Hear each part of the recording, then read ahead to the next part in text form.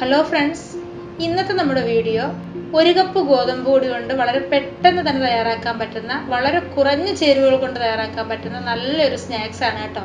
ഇത് നമുക്ക് ആഴ്ചകളോളം നമുക്ക് സ്റ്റോർ ചെയ്യാവുന്നതാണ്. അപ്പോൾ എല്ലാവരും വീഡിയോ സ്കിപ്പ് ചെയ്യാതെ കാണുക. നമുക്ക് വീഡിയോയിലേക്ക് പോകാം.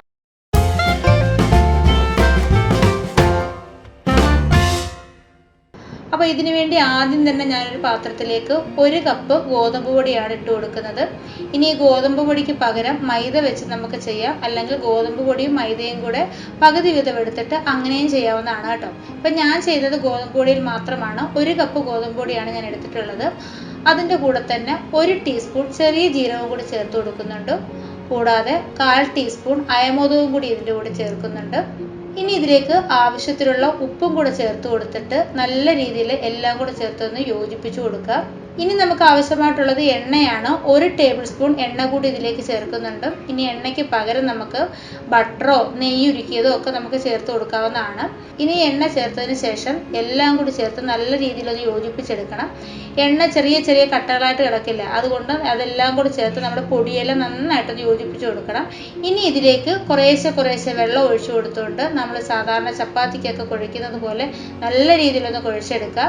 വെള്ളം ഒന്നിച്ചൊഴിച്ചു കൊടുക്കരുത്, കുറേശ്ശെ വെള്ളമാണ് ഒഴിച്ചു കൊടുക്കേണ്ടത്. അതുപോലെ തന്നെ നമ്മൾ എടുത്തേക്കുന്നത് ചൂടുവെള്ളമൊന്നുമല്ല, സാധാരണ വെള്ളമാണ് എടുത്തേക്കുന്നത്.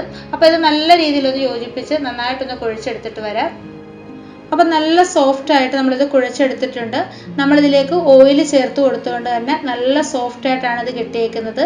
ഇനി നമ്മളിത് റെസ്റ്റ് ചെയ്യാൻ വെക്കേണ്ട ആവശ്യമൊന്നുമില്ല. നമ്മൾ ഈ കുഴച്ചെടുക്കുന്ന സമയത്ത് തന്നെ നമുക്കിത് ബോൾസ് ആക്കി മാറ്റാം. അത്യാവശ്യം നല്ല വലുപ്പത്തിൽ തന്നെയാണ് നമ്മളിത് ബോൾസ് ആക്കി മാറ്റുന്നത്. 2 ചപ്പാത്തിയുടെ ആ ഒരു അളവിൽ നമ്മൾ മാവ് എടുത്തിട്ടാണ് ഇത് ബോൾസ് ആക്കി എടുക്കുന്നത്. അപ്പോൾ അതാ ഞാനിതൊരു 10 ബോൾസ് ആക്കി എടുത്തിട്ടുണ്ട്. അത്യാവശ്യം നല്ല വലിപ്പമുണ്ട്. ഇനി നമുക്കൊന്ന് പരത്തി എടുക്കണം. അപ്പോൾ ഇത് ഓരോന്നും പരത്തുന്ന സമയത്ത് നമ്മൾ ബാക്കിയുള്ള ബോൾസ് ഒന്ന് അടച്ചു വെച്ച് കൊടുക്കണം, അല്ലെങ്കിൽ ബാക്കിയുള്ളത് ഡ്രൈ ആയിട്ട് പോകും. ഡ്രൈ ആയി പോയി കഴിഞ്ഞാൽ നമ്മുടെ ഈ സ്നാക്സ് നല്ലൊരു രീതിയിൽ കിട്ടത്തില്ല കേട്ടോ. അപ്പോൾ നമുക്കത് പരത്തിയെടുക്കാം. ആദ്യം തന്നെ കൗണ്ടർ ടോപ്പിലേക്ക് കുറച്ച് പൊടിയൊന്ന് തൂവി കൊടുക്കുന്നുണ്ട്. എന്നിട്ട് ചപ്പാത്തിക്കൊക്കെ പരത്തുന്ന പോലെ നല്ല രീതിയിലൊന്ന് പരത്തിയെടുക്കാം. ഇത് അത്യാവശ്യം വലിയ ഷീറ്റായിട്ട് വേണം നമ്മളിത് പരത്തിയെടുക്കാനായിട്ട്. ഒരുപാട് കനവും ആകരുത്, അതുപോലെ തീരെ കനം കുറഞ്ഞും പോകരുത്. അതേപോലെ എല്ലാ സ്ഥലവും ഒരേ രീതിയിൽ വേണം നമ്മളിത് പരത്തിയെടുക്കാനായിട്ട് കേട്ടോ. ആ ഒരു രീതിയിൽ നമുക്ക് മാക്സിമം എത്രത്തോളം വലുപ്പത്തിൽ ചെയ്തെടുക്കാവോ അതിനനുസരിച്ച് നമുക്കൊന്ന് പരത്തിയെടുക്കാം. തിരിച്ചും മറിച്ചും ഇട്ട് കൊടുത്തിട്ട് കുറേശ്ശെ പൊടി തൂവി കൊടുത്തിട്ട് നമുക്കൊന്ന് പരത്തിയെടുക്കാവുന്നതാണ്. അപ്പോൾ അതാണ്ട് ഞാൻ ഒരെണ്ണം ഇവിടെ ചെയ്തെടുത്തിട്ടുണ്ട്. ഇത് നമുക്കൊരു പ്ലേറ്റിലേക്ക് മാറ്റാം. ഇനി അടുത്ത ഷീറ്റ് നമ്മൾ ഇതേപോലെ തന്നെ പരത്തിയെടുക്കും. എന്നിട്ട് ഇതിൻ്റെ മുകളിലേക്കാണ് വെച്ച് കൊടുക്കുന്നത്. അപ്പോൾ നമ്മൾ ആ വെച്ച് കൊടുക്കുന്നതിന് മുമ്പായിട്ട് കുറച്ച് പൊടിയൊന്ന് തൂകിയിട്ട് വേണം നമ്മൾ ഇതിൻ്റെ മുകളിലേക്ക് വെച്ച് കൊടുക്കാനായിട്ട്, അല്ലെങ്കിൽ ഇത് തമ്മിൽ ഒട്ടിപ്പിടിക്കാൻ ചാൻസ് ഉണ്ട്. അപ്പോൾ അതാണ്ട് അടുത്തത് ഞാൻ ഇതുപോലെ ഒന്ന് പരത്തിയെടുക്കുന്നുണ്ട്. ഇപ്പം ഞാൻ 5 ഷീറ്റ് ഞാൻ പരത്തിയെടുക്കുന്നുണ്ട്. ബാക്കിയുള്ളത് നമുക്ക് പിന്നീട് ചെയ്തെടുക്കാം. അല്ലെങ്കിൽ നമ്മൾ എല്ലാം കൂടി ഇപ്പോൾ പരത്തി വെച്ച് കഴിഞ്ഞാൽ അടുക്കി വെച്ച് കഴിയുമ്പോൾ ചിലപ്പോൾ അത് ഒട്ടിപ്പിടിച്ച് പോകാൻ ചാൻസ് ഉണ്ട് കേട്ടോ. ഇതാ കണ്ടില്ലേ, ഈ ഒരു രീതിയിൽ ഞാനിത് ചെയ്തെടുത്തിട്ടുണ്ട്. തമ്മിൽ ഒട്ടിപ്പിടിച്ചിട്ടൊന്നുമില്ല. നമ്മൾ ഇതിൻ്റെ മുകളിൽ കുറേശ്ശെ പൊടി വിതറിയിട്ടാണ് ഓരോ ഷീറ്റ് മുകളിലേക്ക് വെച്ച് കൊടുക്കുന്നത്. അപ്പോൾ ഇത് നമുക്ക് സൈഡിലോട്ടൊന്ന് മാറ്റി വെക്കാം. ഇനി ഒരു ചെറിയ ബൗൾ എടുത്തിട്ടുണ്ട്. അതിലേക്ക് 1 ടീസ്പൂൺ ഗോതമ്പ് പൊടിയാണ് ചേർക്കുന്നത്. അതിൻ്റെ കൂടെ തന്നെ 1 ടീസ്പൂൺ കോൺഫ്ലോറും കൂടി ചേർക്കുന്നുണ്ട്. ഇനി ഈ കോൺഫ്ലോറിന് പകരമായിട്ട് നമുക്ക് മൈദപ്പൊടി ചേർത്ത് കൊടുക്കാവുന്നതാണ്. നല്ലതുപോലെ ഒന്ന് മിക്സ് ചെയ്ത് കൊടുത്ത ശേഷം അതിൻ്റെ കൂടെ തന്നെ 1 ടേബിൾ സ്പൂൺ ഓയിലാണ് ഒഴിച്ചു കൊടുക്കുന്നത്. ഇനി ഈ ഓയിലിൻ്റെ കൂടെ നമുക്ക് 1 ടീസ്പൂൺ നെയ്യും കൂടി ചേർത്ത് കൊടുക്കാം. ഇനി നമുക്ക് ഓയിൽ ഇല്ലാതെ നെയ്യിൽ മാത്രം ചെയ്തെടുക്കാം, അല്ലെങ്കിൽ ബട്ടറിൽ ചെയ്തെടുക്കാവുന്നതാണ്. ബട്ടർ ഒന്ന് ഉരുക്കിയിട്ട് ചെയ്യാവുന്നതാണ് കേട്ടോ. എങ്ങനെ വേണമെങ്കിലും നമുക്ക് ചെയ്തെടുക്കാവുന്നതാണ്. അപ്പോൾ എല്ലാം കൂടി ചേർത്ത് നല്ലതുപോലെ ഒന്ന് ഇളക്കി ചേർത്ത് കട്ടകളൊക്കെ മാറ്റി നല്ല രീതിയിലൊന്ന് പേസ്റ്റ് ആക്കി എടുക്കണം. ഇനി ഇത് നമ്മൾ യോജിപ്പിച്ചെടുക്കുന്ന സമയത്ത് ഇത് പേസ്റ്റായിട്ട് വന്നില്ലെന്നുണ്ടെങ്കിൽ കുറച്ചുകൂടി എണ്ണ നമ്മൾ ഇതിലേക്ക് ഒഴിച്ചു കൊടുക്കേണ്ടതായിട്ടുണ്ട് കേട്ടോ. അപ്പോൾ അതാ നല്ല രീതിയിൽ തന്നെ ഇപ്പോൾ കിട്ടിയിട്ടുണ്ട്. ഇത്രയും മതി. ഇനി നമുക്കത് സൈഡിലോട്ടൊന്ന് മാറ്റി വെക്കാം. എന്നിട്ട് നമുക്കത് ചെയ്തെടുക്കാം. അപ്പോൾ നമ്മൾ നേരത്തെ പരത്തി വെച്ചിരിക്കുന്ന ഒരു ഷീറ്റ് ഞാൻ കൗണ്ടർ ടോപ്പിലേക്ക് വെച്ച് കൊടുത്തിട്ടുണ്ട്. അതിൻ്റെ മുകളിലേക്ക് ഇതുപോലെ നമ്മൾ റെഡിയാക്കി വെച്ചിരിക്കുന്ന ആ ഒരു പേസ്റ്റ് ഇതുപോലെ ഒന്ന് ഗ്രീസ് ചെയ്ത് കൊടുക്കുന്നുണ്ട്. അപ്പോൾ നമ്മളിത് ഒരു ഷീറ്റിൻ്റെ മുകളിൽ എല്ലാ ഭാഗത്തും ഇതുപോലെ ചെയ്ത് കൊടുത്തിട്ടുണ്ട്. ഇനി അടുത്ത ഷീറ്റ് എടുത്ത് ഇതിൻ്റെ മുകളിലേക്ക് വെച്ച് കൊടുത്തിട്ട് നമ്മളിപ്പോൾ ചെയ്തതുപോലെ തന്നെ നമ്മുടെ ഈ പേസ്റ്റ് ഇതിൻ്റെ മുകളിലും ഇതുപോലെ ഒന്ന് ഗ്രീസ് ചെയ്ത് കൊടുക്കുക. അങ്ങനെ 5 എണ്ണം മുകളിൽ വെച്ചിട്ട് നമ്മൾ ഇതുപോലെ ഒന്ന് ഗ്രീസ് ചെയ്ത് കൊടുക്കുന്നുണ്ട് കേട്ടോ. വളരെ പെട്ടെന്ന് തന്നെ നമുക്കൊന്ന് ചെയ്തെടുക്കാം. ഇപ്പോൾ ദാണ്ട് നമ്മൾ 5 എണ്ണം ഇങ്ങനെ വെച്ച് കൊടുത്തിട്ടുണ്ട്. ഇനി നമ്മൾ ഇതിൻ്റെ സൈഡിൽ നിന്നും ഉള്ളിലേക്ക് ഇതേപോലെ ഒന്ന് മടക്കി വെച്ച് കൊടുക്കുന്നുണ്ട്. ഇങ്ങനെ മടക്കി വെച്ച് കൊടുക്കുമ്പം അതിൻ്റെ മുകളിൽ നമ്മൾ ഇതുപോലെ ഒന്ന് നമ്മുടെ ഈ പേസ്റ്റ് ഒന്ന് ഗ്രീസ് ചെയ്ത് കൊടുക്കണം. അതിനുശേഷം മറു സൈഡും അതുപോലെ തന്നെ ഉള്ളിലേക്കൊന്ന് മടക്കി വെച്ചിട്ട് അതിൻ്റെ മുകളിലും ഇതുപോലെ ഒന്ന് പേസ്റ്റ് ചെയ്ത് കൊടുക്കണം കേട്ടോ. ഇനി താഴ്വശവും ഇതുപോലെ ഉള്ളിലേക്കൊന്ന് മടക്കി വെച്ച് കൊടുക്കുക. അതുപോലെ മുകൾ വശവും ഉള്ളിലേക്കൊന്ന് മടക്കി വെച്ച് കൊടുക്കുക. അന്നേരം നമ്മൾ ഇതുപോലെ പേസ്റ്റ് ഗ്രീസ് ചെയ്യേണ്ട ആവശ്യമില്ല കേട്ടോ. ഇതിൻ്റെ ഉള്ളിലേക്ക് ഇതേ രീതിയിലൊന്ന് മടക്കി വെച്ച് കൊടുത്തിട്ട് കൈകൊണ്ട് നല്ലതുപോലെ ഒന്ന് പ്രസ് ചെയ്ത് കൊടുക്കുക.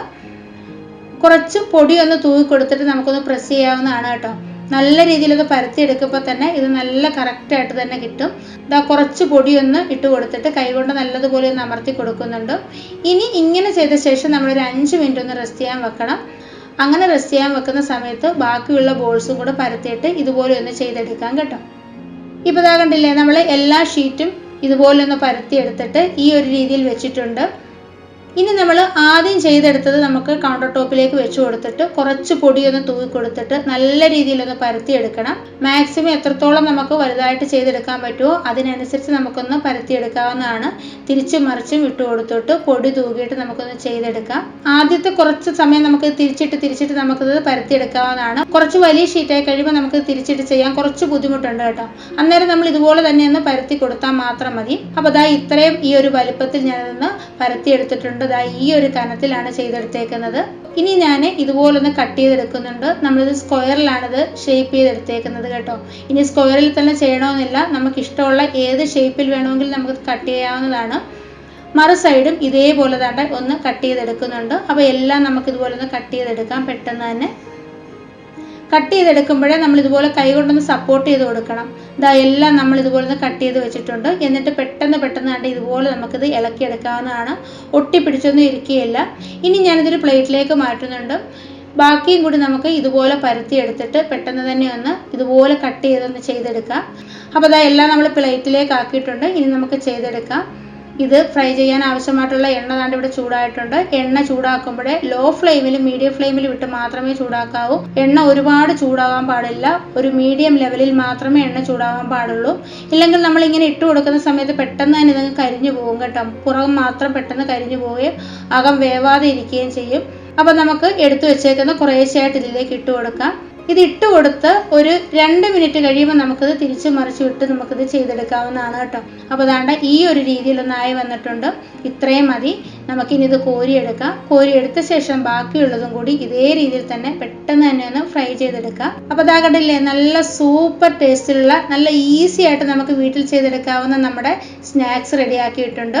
അപ്പോൾ ഇതിൻ്റെ കൂടെ ഒരു കട്ടൻ ചായയാണ് നല്ല കോമ്പിനേഷൻ ആയിട്ടുള്ളത്. ഇതിൻ്റെ ഉള്ളൊക്കെ കണ്ടില്ലേ, നല്ലതുപോലെ ലേയേഴ്സ് ആയിട്ട് വന്നിട്ടുണ്ട്. നമ്മൾ എത്രത്തോളം നമ്മൾ ആ ഷീറ്റ് വെച്ച് കൊടുത്തിട്ടുണ്ടോ അത്രയും ലെയർ ഇതിനകത്ത് വന്നിട്ടുണ്ട്. അപ്പം എല്ലാവർക്കും ഇന്നത്തെ വീഡിയോ ഇഷ്ടമായെന്ന് വിചാരിക്കുന്നു. വീഡിയോ ഇഷ്ടമായിട്ടുണ്ടെങ്കിൽ ലൈക്ക് ചെയ്യാനും ഷെയർ ചെയ്യാനും കമൻറ്റ് ചെയ്യാനും അതേപോലെ തന്നെ നമ്മുടെ ചാനൽ സബ്സ്ക്രൈബ് ചെയ്യാതെ ആരെങ്കിലും കാണുന്നുണ്ടെങ്കിൽ ഒന്ന് സബ്സ്ക്രൈബ് ചെയ്ത് സപ്പോർട്ട് ചെയ്യാനും മറക്കരുത്. അപ്പോൾ നമുക്ക് അടുത്തൊരു വീഡിയോയുമായിട്ട് വളരെ പെട്ടെന്ന് തന്നെ കാണാം. അതുവരേക്കും ബൈ. Thank you.